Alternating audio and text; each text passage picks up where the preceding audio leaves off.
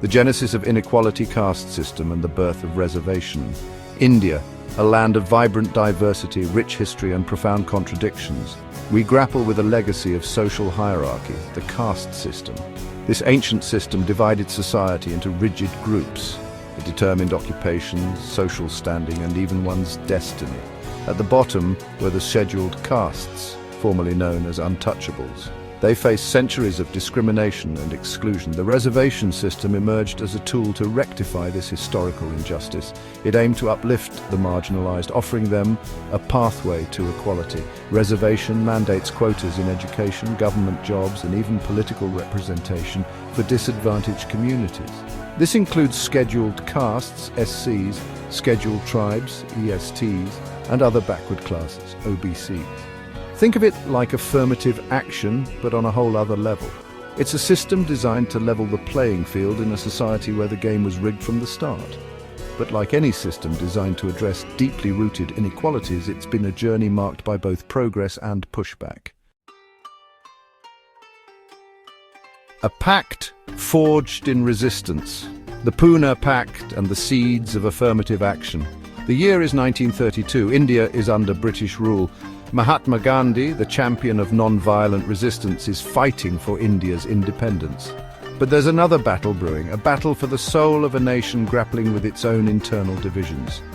Enter Dr. B.R. Ambedkar, a towering intellect and a fierce advocate for the rights of Dalits, the most oppressed group within the caste system.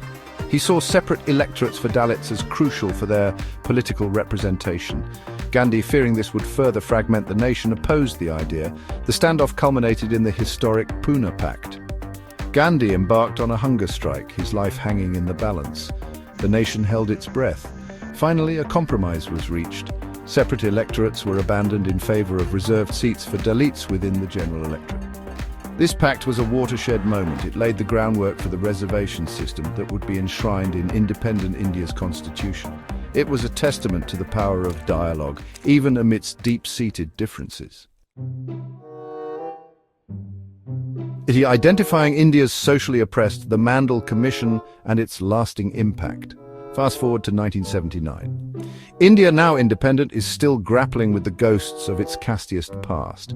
The gap between the privileged and the marginalized remains a gaping wound.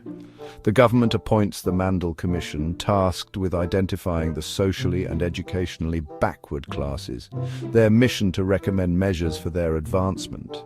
After years of research, the Commission delivers its report in 1980. Their findings are stark. They identify over 3,000 castes, constituting 52% of India's population, as socially and educationally backward. The Commission recommends a 27% reservation for these OBCs in government jobs and educational institutions, in addition to the existing reservations for SCs and STs. The Mandal Commission report ignited a firestorm. It sparked protests, debates, and even violence. Supporters hailed it as a long-awaited step towards social justice. Opponents decried it as reverse discrimination and a threat to meritocracy. Enshrined in the Constitution amendments shaping reservation in India. The Indian Constitution, adopted in 1950, enshrined the principle of reservation. It reflected the nation's commitment to righting historical wrongs. Articles 15 and 16 empower the state to make special provisions for the advancement of SCs, STs, and later OBCs. Over the years, numerous amendments have shaped and reshaped the reservation landscape. The 77th Amendment in 1995 introduced reservation in promotions for SCs and STs. The 81st Amendment allowed for the carry forward of unfilled reserved vacancies to the next year, preventing the loss of opportunities. These amendments demonstrate a continuous effort to fine-tune the system, the goal to ensure that it remains relevant and effective in addressing the evolving challenges of social inequality. The journey of reservation in India has been a constant struggle to find the right balance between uplifting the disadvantaged and ensuring fairness for all. Section 5. The judiciary weighs in landmark judgments on reservation. The Indian judiciary has played a crucial role in shaping the reservation policy. Courts have acted as guardians, interpreting its scope, addressing challenges and ensuring it aligns with constitutional values. In the landmark 1992 case of Indra Sawhney vs. Union of India, the Supreme Court upheld the Mandal Commission's recommendation of 27% reservation for OBCs. However, it also imposed a 50% cap on total reservations. This landmark judgment brought much-needed clarity and set boundaries for reservation policies. The court also introduced the concept of the creamy layer. This provision excludes affluent members of backward classes from availing reservation benefits, the rationale to prevent the policy from benefiting those who no longer need it and to ensure that the truly disadvantaged are prioritized. The judiciary's interventions highlight the complex legal and social issues surrounding reservation. It's a balancing act between addressing historical injustices and ensuring fairness for all sections of society. Section 6. A contested policy arguments for and against reservation. The reservation system in India ignites passionate debate. It's a topic that sparks heated discussions in classrooms, tea stalls, and parliament alike. Proponents argue that reservation is a necessary tool for social justice. Centuries of oppression have put certain communities at a significant disadvantage.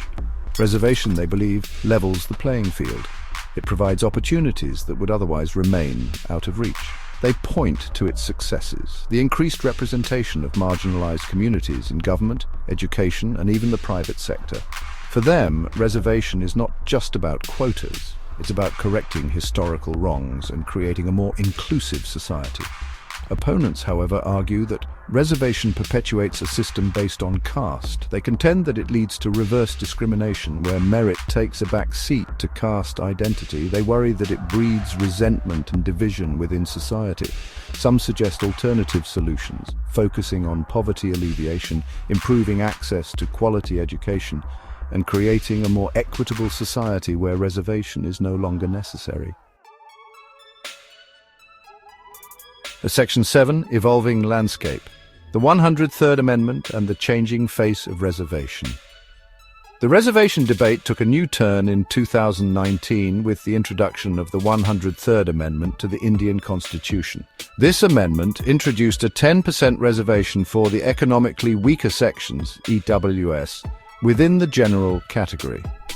This move aimed to address the concerns of economically disadvantaged individuals from upper castes who, despite facing financial hardship, were excluded from reservation benefits.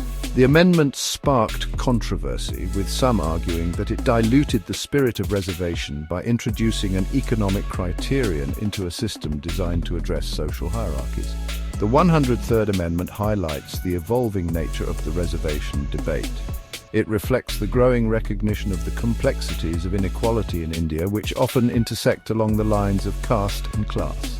The introduction of EWS reservation underscores the need for a nuanced and evolving approach to address the multifaceted nature of disadvantage in Indian society.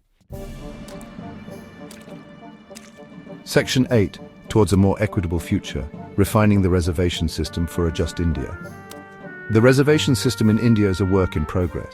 It's a journey towards a more just and equitable society. As India evolves, so must its policies. One proposed reform is a stricter implementation of the creamy layer concept. This would ensure that only the genuinely disadvantaged within the reserved categories benefit from the system. Another suggestion is to shift the focus towards providing quality education and healthcare, addressing the root causes of inequality. Ultimately, the goal is to create a society where reservation is no longer necessary, where opportunities are accessible to all based on merit and hard work, regardless of their caste or social background.